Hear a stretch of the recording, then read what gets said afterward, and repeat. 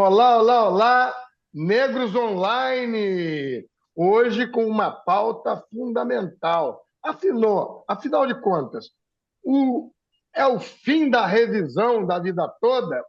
Hoje com a convidada especial, Suzane Ferraro. Mas antes da gente ir para essa pauta importantíssima, eu quero falar do vestibular da Universidade Zumbi dos Palmares. O vestibular da Universidade Zumbi dos Palmares tem a possibilidade de mudar o seu futuro e mudar a vida da sua família toda, da sua geração.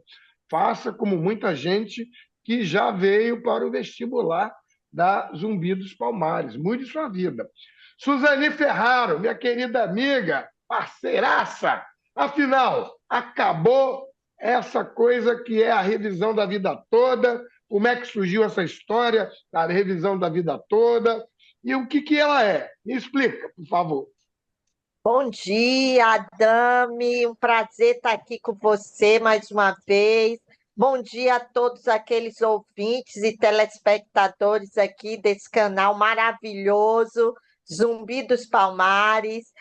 Quero agradecer o convite, né? Antes de falar dessa coisa aí da revisão da vida toda, a revisão da vida toda, muita gente pergunta, mas o que é a revisão da vida toda? Então, vamos explicar o que é a revisão da vida toda e justamente o que vai dar o sopro final da revisão da vida toda é o que gerou essa discussão lá atrás.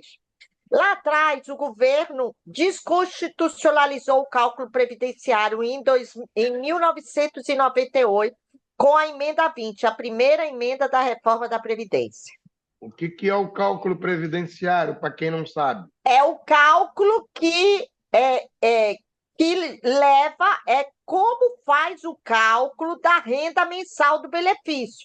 Porque o cálculo da renda mensal do benefício não é o mesmo valor que o trabalhador ganha quando ele está trabalhando. Não é o último salário dele antes de se aposentar. Então, era a média das 36 últimas contribuições, ou seja, dos 3 últimos anos, e estava escrito na Constituição Federal isso.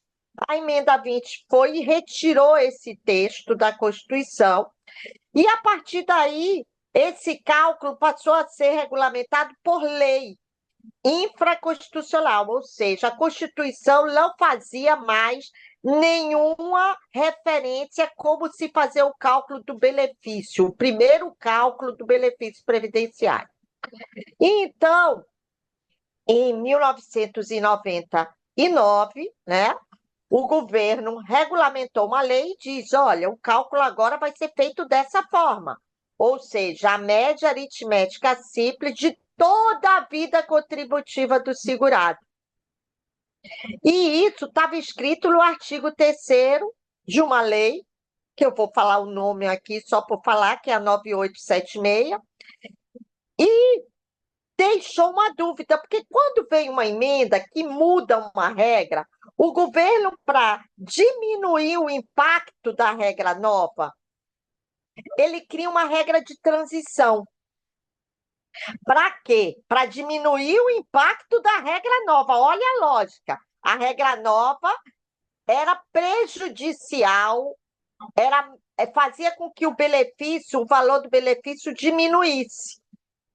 Aí o que o governo fez? Criou uma regra de transição e disse: olha, para aqueles que já estão no sistema é de 94 para cá. Então a gente passou a ter duas regras. Essa lei, ela é porque isso é a origem da revisão da vida toda, duas regras. Uma regra geral para quem ingressasse no sistema e uma regra de transição para diminuir o impacto da regra nova para quem já estava perto de se aposentar. E aí é que começa a polêmica da revisão da vida toda. Por quê? Porque existe uma regra na Previdência que sempre a Previdência tem que conceder o melhor benefício. E aí, o que a Previdência fez? Ela passou a aplicar a regra de transição para todo mundo. E para muitos segurados, a regra de transição era uma regra que fazia com que o valor do benefício fosse menos benéfico do que a regra geral. E aí começa a polêmica da revisão da vida toda. Qual regra aplicar? A regra geral ou a regra de transição? Se chegou à conclusão que sempre se deve aplicar a regra mais benéfica para o segurado. Aí muitos segurados começaram a entrar na justiça para dizer, olha, o cálculo feito com a regra de transição, apesar de eu já ser da Previdência há mais tempo, está fazendo o valor ficar menor, eu quero um valor maior. E aí as pessoas começaram a entrar na justiça para que se aplicasse a regra mais favorável, independente se ela fosse a regra geral ou a regra de transição. Ponto.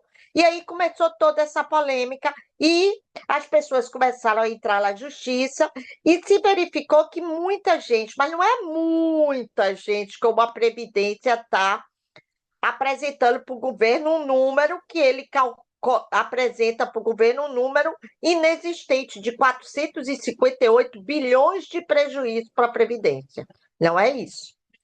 Então, a partir daí, começa, então, um volume enorme de ações e os advogados foram recorrendo até chegar ao Supremo Tribunal Federal e virou uma ação de repercussão geral, ou seja, o julgamento dessa ação ia servir para todas as outras ações, e essa ação foi julgada 2 vezes no STJ favorável, foi para o STF, foi julgada 2 vezes no plenário do STF favorável. Mas, segundo o governo, o prejuízo para o sistema ia ser muito grande.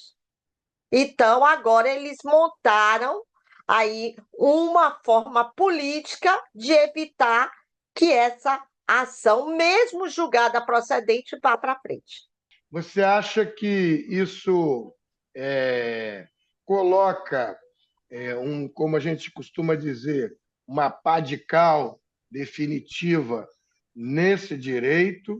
Ou é possível se pensar que, ainda que seja mais para frente, se possa discutir de novo, pelo menos para aquelas pessoas que encontraram erros, porque erro não transita em julgado, nas suas aposentadorias? Adame, o que o governo fez? Lá atrás,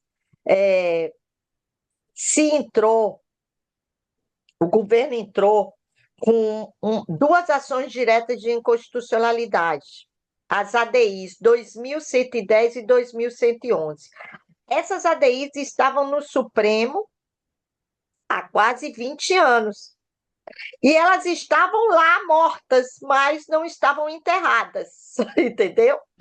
Então, o que o governo fez? Como a revisão da vida toda, muita gente dizendo por aí, na quinta-feira, quando teve o julgamento, e não foi o julgamento da revisão da vida toda, a ação da revisão da vida toda estava pautada, mas eles pautaram também depois de quase 20 anos para julgar essas 2 ADIs. Qual era a matéria dessas 2 ADIs, que é a ação direta de inconstitucionalidade? É o mesmo artigo que a gente fundamenta o direito da revisão da vida toda. Lá atrás, o que o governo fez? Ele disse assim, olha, eu vou aplicar a regra de transição para todo mundo, até para quem ingressou na Previdência depois de 94. Eu quero saber se o benefício vai ser mais favorável ou menos favorável. E, para isso, ele teve que garantir a constitucionalidade desse artigo. Só que o Supremo não tinha julgado. E a revisão da vida toda, ela foi julgada. Nós ganhamos a ação de 6-5. De 6-5, ela foi julgada. O que está pendente no Supremo Tribunal Federal? É um embargo de declaração. E o embargo de declaração, a gente sabe o objetivo do embargo. O embargo de declaração é uma ação que tem o objetivo de clarear alguma coisa que o juiz não tenha sido claro, ou alguma coisa que ele esqueceu de falar, que é a omissão, ou ele foi meio contraditório. Então, ele ia assim, fazer com que a sentença, a decisão, ficasse mais clara, né? Só que o que foi que aconteceu? Aconteceu que o governo achou a única forma que ele tinha de abortar a revisão da vida toda era julgando as ações diretas de constitucionalidade. Então, ele traz para o plenário as ações diretas de constitucionalidade, ele julga constitucional o artigo 3º, dizendo, olha, o que o artigo, o governo pode aplicar a regra de transição. E aí ele usa um argumento financeiro. Ele diz, porque se a gente conceder esse benefício, o governo federal vai ter um prejuízo de bilhões. Aliás, tudo é assim. A reforma da Previdência tinha que acontecer porque ia ter prejuízo. E no final é tão ridículo, e desculpe aí os telespectadores, que o ministro Luiz Roberto Barroso ele pede desculpa. Pode olhar, o julgamento está gravado. No final, quando ele dá a decisão, ele pede desculpa aos aposentados. Aí ele julga o constitucional, o artigo 3º, aí pautou a revisão da vida toda para o dia 3. Quando chegar lá no dia 3, o que é que eles vão dizer? Olha, hoje a gente vai perder o objeto, porque houve o julgamento da ação direta de constitucionalidade, a decisão é erga omnes, a ação ainda não transitou em julgado, e a gente não pode manter uma decisão que diz que alguma coisa viola um artigo que o Supremo considerou constitucional, e aí aborta totalmente a revisão da vida toda. Mas essa decisão, a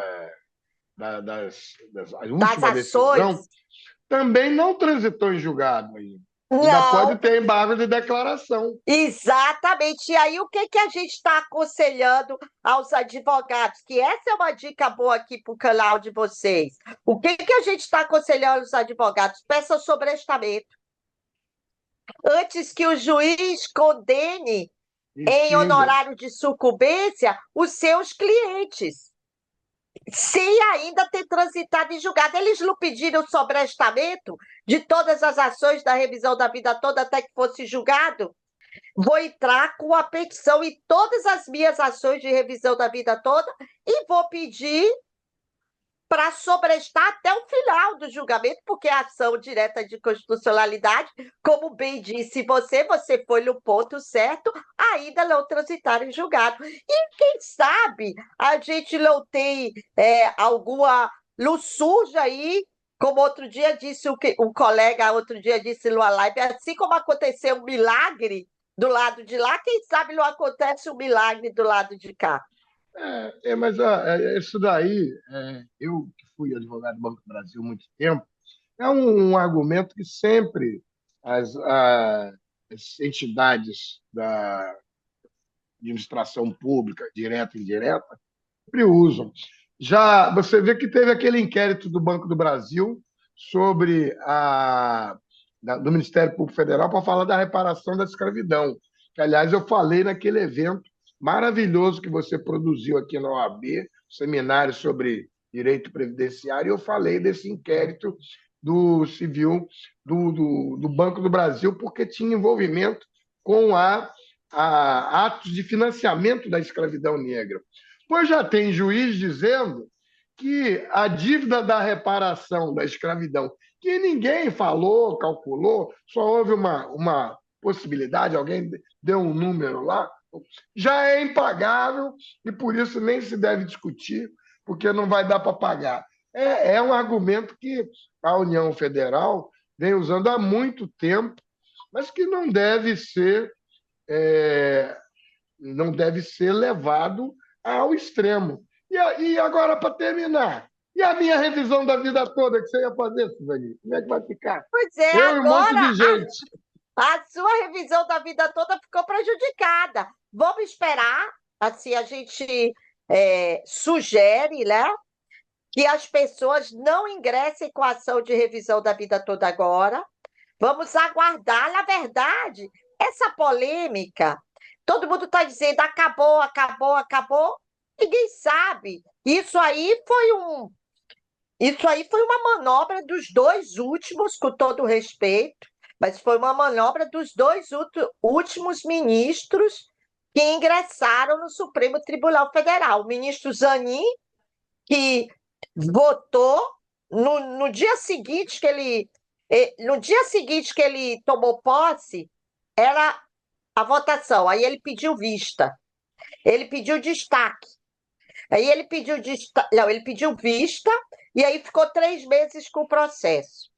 Quando ele voltou, ele trouxe uma ideia que não colou, que não tinha passado, era uma matéria constitucional que não tinha passado na Corte Especial do STJ.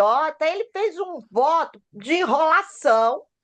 O ministro Alexandre de Moraes pediu destaque, normal, porque ia pedir destaque, e colocou para plenário. Nesse meio tempo, o Dino entrou e, trabalhando junto com a Procuradoria da União, né, com a AGU, e eles então encontraram essa saída de julgar a ação direta de constitucionalidade e tentar, dessa forma, abortar um voto que já é procedente. O voto da revisão da vida toda, ele é procedente, é de 6-5, sim, e daí 6-5 ganhou.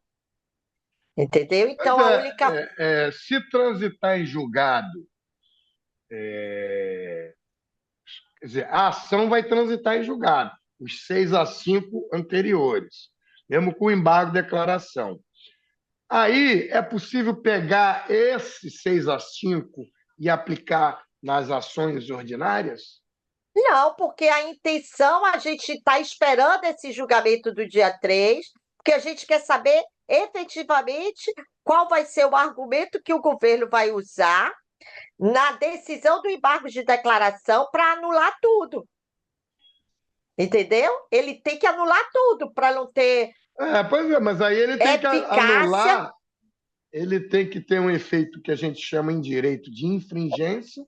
Para quem não é do direito, é que ele, com a decisão, ele pode modificar o que já foi mudado, que já foi julgado.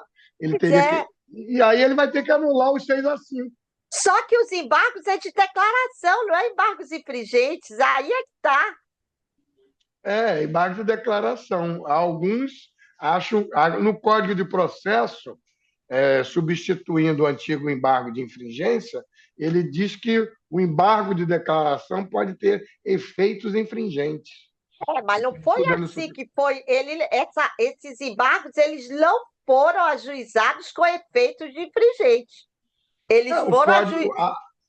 O Código Novo dá essa possibilidade, Código de Processo. Mas vamos esperar, tem que esperar para ver. Eu vi Tem o que Alexandre esperar. Moraes saindo muito irritado lá.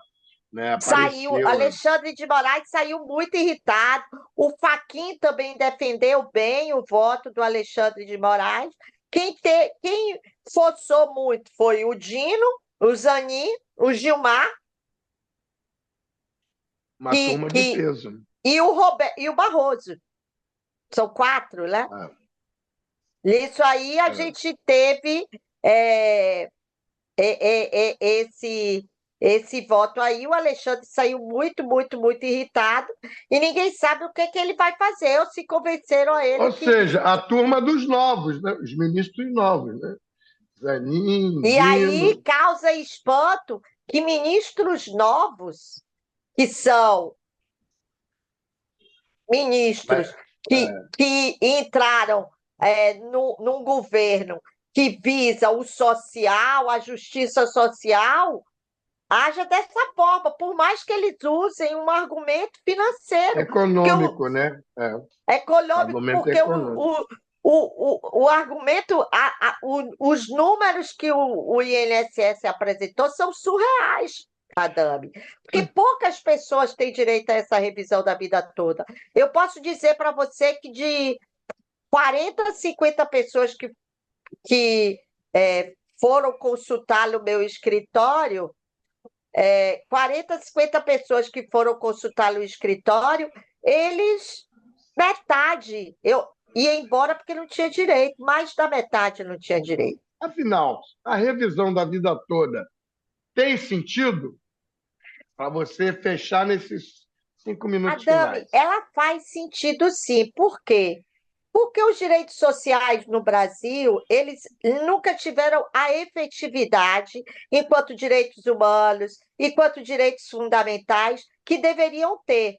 E nós, advogados previdencialistas, mostramos que nós podemos chegar ao Supremo com as nossas ações e que nós chegamos ao Supremo com argumentos altamente convincentes, argumentos sólidos, que mostram que a advocacia previdenciária é uma advocacia de peso, uma advocacia técnica, que tem muita tecnicidade e que ela pode alcançar as grandes ações no direito brasileiro, entendeu? Então, a gente mostrou que Tem não muita é gente. simplesmente ação de juizado especial federal, como muita gente faz crer que o direito previdenciário é um direito que fica adstrito a juizado especial federal. Não é. É um E direito outra, que chegou aos Supremos Tribunais, aos superiores tribunais. Muito e outra importante. coisa, os eventos que você faz sempre são eventos lotados, né? Muita gente. O último que eu abri na sua companhia, você me fez a gentileza de convidar para ir lá. Teve ainda também a presença da nossa vice-presidente Ana Tereza Basílio, um evento lotadíssimo aqui na OAB do Rio de Janeiro. No dia 11 de março, foi o dia 10 de março, é o dia da advocacia previdenciária. Nós fizemos um evento no dia 11, porque dia 10 foi domingo, o auditório ficou lotado, a advocacia lá em peso. Nós fizemos um evento em parceria com a Comissão de Diversidade de Gêneros, e um dos temas importantes que nós falamos foi do direito previdenciário dos transgêneros, que hoje é uma discussão que vai chegar ao Supremo Tribunal Federal também. E a gente tem ainda a pauta da questão da reparação da escravidão e da questão da E também é negritude. uma pauta que é uma pauta para chegar ao Supremo Tribunal Federal. E só que eu preciso falar uma coisa aqui importante, que para salvar essa pá de cal que o governo colocou na revisão da vida toda, um dos pontos das ADIs que foram julgadas foi o salário maternidade. E agora, antes, o contribuinte individual, o segurado especial, eles precisavam ter 10 contribuições para ter direito ao salário maternidade. Agora, com essa ADI, eu acho que foi. Eles disseram assim: não, a gente vai matar a revisão, mas vai dar um suspiro para o pessoal. Agora, quem contribuir uma parcela só vai ter direito ao salário maternidade. E ficar grávida tem direito ao salário maternidade. Foi aprovada aí nessas ADIs aí do dia 21 É, de março. Complementando aqui, Adame, o dia 3 nos traz muitas surpresas, né? Então, como você mesmo falou, que você é um especialista em direito constitucional, com sua luta aí, né, da reparação da escravidão, não tem como não estudar direito constitucional, você é um especialista nessa área. Então, no dia 3, a gente não sabe, na verdade, o que nos reserva. Dizer o que nos reserva no dia 3. Pode ser que o Alexandre de Moraes contra-ataque. Quem sabe o Alexandre de Moraes não resolva contra-atacar? A gente também está sem saber se ele. Porque tem muita gente que já recebe, sabia? Muita gente que teve antecipação de liminares, né? tutela. Tem É. liminares e já recebe a revisão da vida toda. Então, Vai ter que essas pessoas. devolver? Vai ter que devolver? Olha quanta coisa ainda tem para acontecer. Vai ter que devolver o que recebeu? E como é que vai ficar? Ainda vai pagar honorários de sucumbência que no mínimo é R$ 10.000, no mínimo. Então, assim, tem muita coisa para ver ainda no dia Esse é um 3. assunto que nós vamos discutir aqui, as altas custas do judiciário, especialmente o Tribunal de Isso, Justiça do Rio de Janeiro. Vamos fazer um debate sobre esse negócio aqui. Está isso anotado é aí. bom. E, principalmente, você pega pessoas que ganham 5.000, 6.000, 7.000, que a Justiça Federal diz que não é hipossuficiente, que tem que pagar custo, e a custa mínima de uma vara ordinária é R$ 10.000, R$ 8.000, R$ 10.000. Eu estou com um caso, ele está em andamento, mas como eu sou advogado, eu posso falar à vontade. É o do quilombo do Sacopã. E eu entrei com rescisórias da ação de um tempão atrás, que agora que está no prazo. Entrei na Justiça Federal e na Justiça do Rio de Janeiro. As duas justiças estão me cobrando a declaração de suficiência do espólio de pessoas que já morreram há mais de 20 anos, que eram pobres a vida inteira, morreram pobres, os filhos são pobres. Como é que eu vou provar que nos últimos 20 anos eles morreram pobres e ficaram ricos? Então, eles já eram hipoficientes quando estiveram hipossuficientes quando vivos. Morreram há 20 anos e não enriqueceram depois de mortos. E aí agora a Justiça do Rio de Janeiro e a Justiça Federal também revogaram a gratuidade de justiça que eles tiveram na ação, isso na rescisória, e estão cobrando custas. Olha, e estão matando as ações, né, pela exigência das custas. Isso é muito sério, porque ofende ao direito dos litigantes em geral. E do acesso à justiça, lá, o artigo 5º da Constituição, lá, do acesso à justiça. Litigantes em geral, Entendeu? Então, assim, isso é muito feio. A revisão da vida toda, tem muita coisa que tem muita gente que está recebendo, vai ter que devolver, muita coisa para ser discutida ainda. Não acabou a polêmica da revisão da vida toda, ainda tem muita água para rolar debaixo da ponte, como diria no jargão popular que a gente sabe, né?